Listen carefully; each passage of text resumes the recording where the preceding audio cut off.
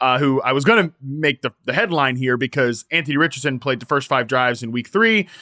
I would say mixed bag performance overall. Some, like I said, I've been unplugged a little bit the last few weeks, but, checking in on Twitter every now and again, the hyper analyzation of everything Anthony Richardson does makes me think 2 things.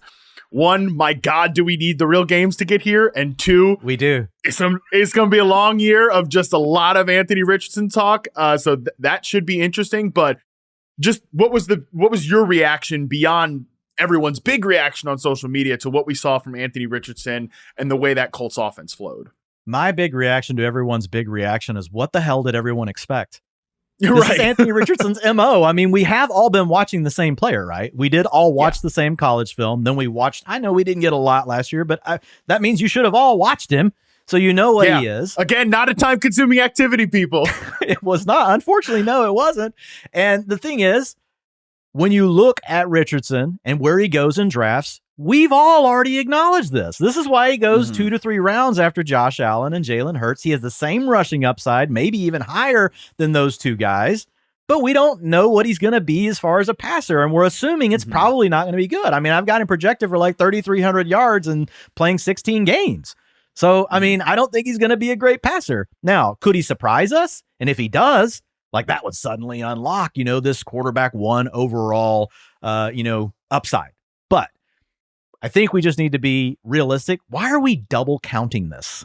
We already knew this. Yeah. I was in a draft that night, Harmon, a $300 draft. Me and Mr. Ian Harditz, we were drafting, and Anthony Richardson was just falling like a rock. We drafted him in round 8. We hadn't taken a quarterback. We didn't go elite quarterback in the draft. We're like, okay, thank you, fantasy gods. Like, we all knew Anthony Richardson was not going to be an elite passer. Come on. Of course, like, this is going to be a work in progress. At best, he did make good throws too, by the way. 100%. And which was the case when he played last year. Yes. Like, there was some polarizing. He is not a consistently accurate player. Will he become a consistently accurate player? Maybe. I think generally the league and quarterback coaches have a more progressive and open-minded view of accuracy than they did 10 years ago.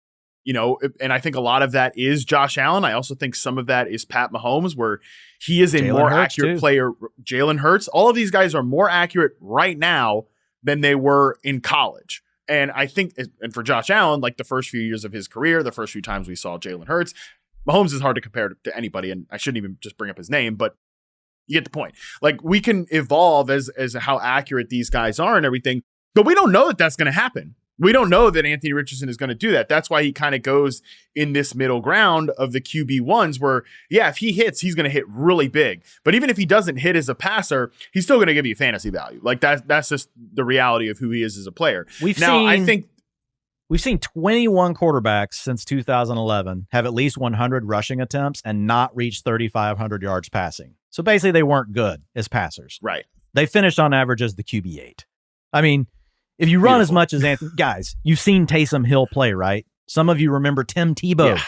These guys were top 10 quarterbacks in points per game when they get on the field. Anthony Richardson's a better quarterback than either one of those. I'm going to tell you that right now.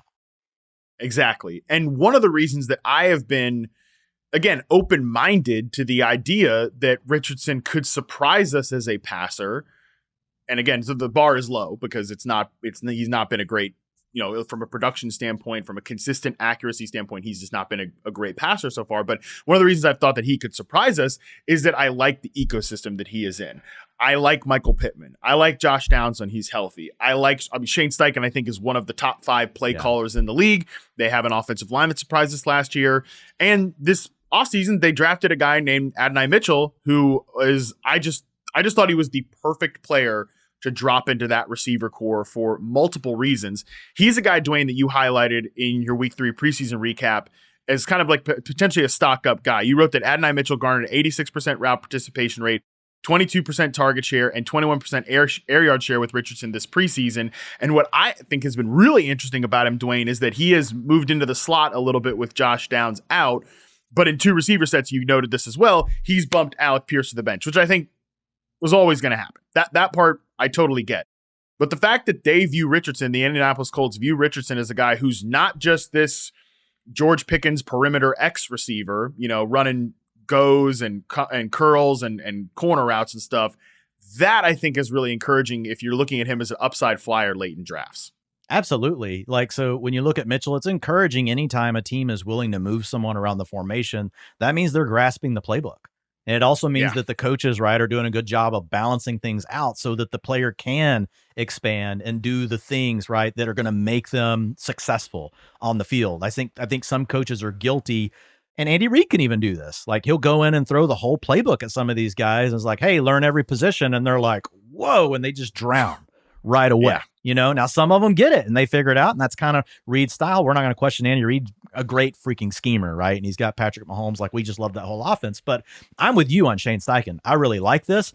I think it's also nice to see, like, if you get Adonai Mitchell, even just for some plays in the slot, getting potential mismatches with linebackers and safeties, having to deal with this man and his speed and his athleticism and his size, it's going to be problematic for defenses. So I think once you get Josh Downs back, though, and he primarily becomes your slot guy, and to your point, if AD Mitchell can be more than someone just running these go routes, and you can be working him in route concepts in combination with either Pittman or Josh Downs, because they really don't have tight ends that they're going to prioritize. They don't really prioritize the backs in the passing game. So I think a lot of it's going to go through these three guys. I think that there's a lot of upside here. And my argument is like, look, guys, why are we taking him so much later than Ladd McConkey? Okay. We know Justin Herbert's a better quarterback than Anthony Richardson right now. We're no debating that, but it is Jim Harbaugh. It is a situation where we know they might run the ball as much as any team that doesn't have a scrambling quarterback. Scrambling quarterbacks are always going to bring those teams even further down in the passes because dropbacks turn into scrambles, right? That's going to happen with the Colts. But when you look at the Chargers for not having a scramble quarterback, it won't surprise me. Like, if they're in the bottom 10 in pass attempts, maybe it won't be as some extreme as what some people say, but the Chargers passing attempts are coming down, and Ladd McConkey hasn't been playing in 2 wide receiver sets this preseason. Now, that doesn't mean that's a lock, but they like bigger wide receivers on the field to block in the run game. Well, what does Ladd McConkey not have? Size. So my only point is, like, look, I could easily see a scenario here where AD Mitchell outscores Ladd McConkey this year, and this guy's going 4 or 5 rounds later in fantasy drafts. I moved him up inside my top 120 this weekend after just reviewing everything for the preseason with Mitchell. He's the kind of upside swing I want to take. We don't know what's going to happen for the season, but I feel really good that I get a player with upside that's going to be on the field week 1, 2, and 3, and I get to find out what they're worth. And if I hit, great. If I don't, I still made the right kind of swing to try to get that upside onto my team.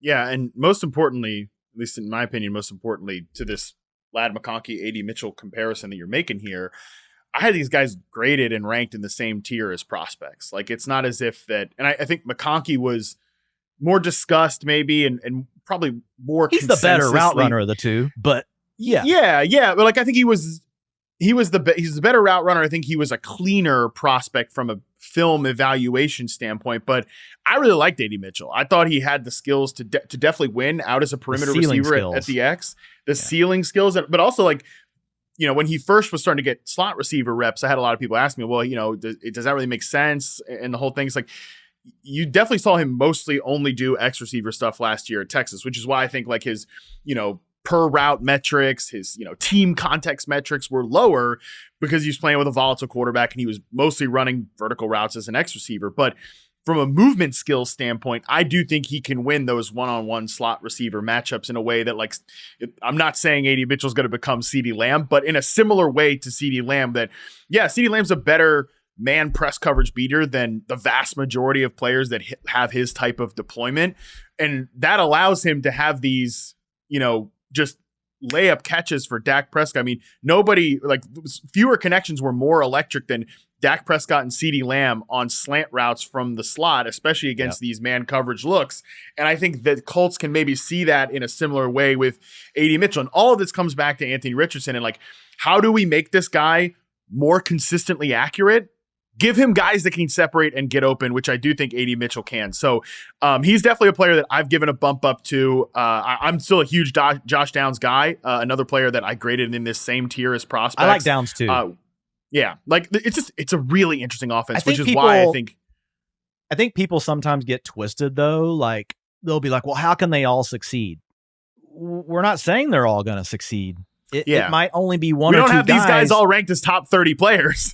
Exactly. And the point being is that sometimes we just have to have a little humility and be willing to mix up like which one we would draft. Like it might be Josh Downs that hits. It might be Adonai Mitchell that hits. It might be those two guys that hit and Michael Pittman takes a step back. We really don't know for sure how it's going to work out. But what we do know is we like both Josh Downs and Adonai Mitchell, and we think they're going to get playing time early in the season. And right now, Adonai Mitchell's the healthier guy. So I think he has the better shot week 1 to shoot out of a cannon, whereas Josh Downs is probably still going to be like 80, 90% coming back from a high ankle sprain. So when that stuff all gets mixed together, I'm like, okay, I'm going to lean to Adonai Mitchell. Doesn't mean I like him more than Josh Downs like long term, but if I'm just trying to figure out what's going on and have one guy that might be a shooting star out of the gate, I think Adonai Mitchell's like the chip that I placed down. Yeah. I'm a sicko, and I will definitely be dialed into that Colts week 1 game against the Texans, trying to just see what this offense with Anthony Richardson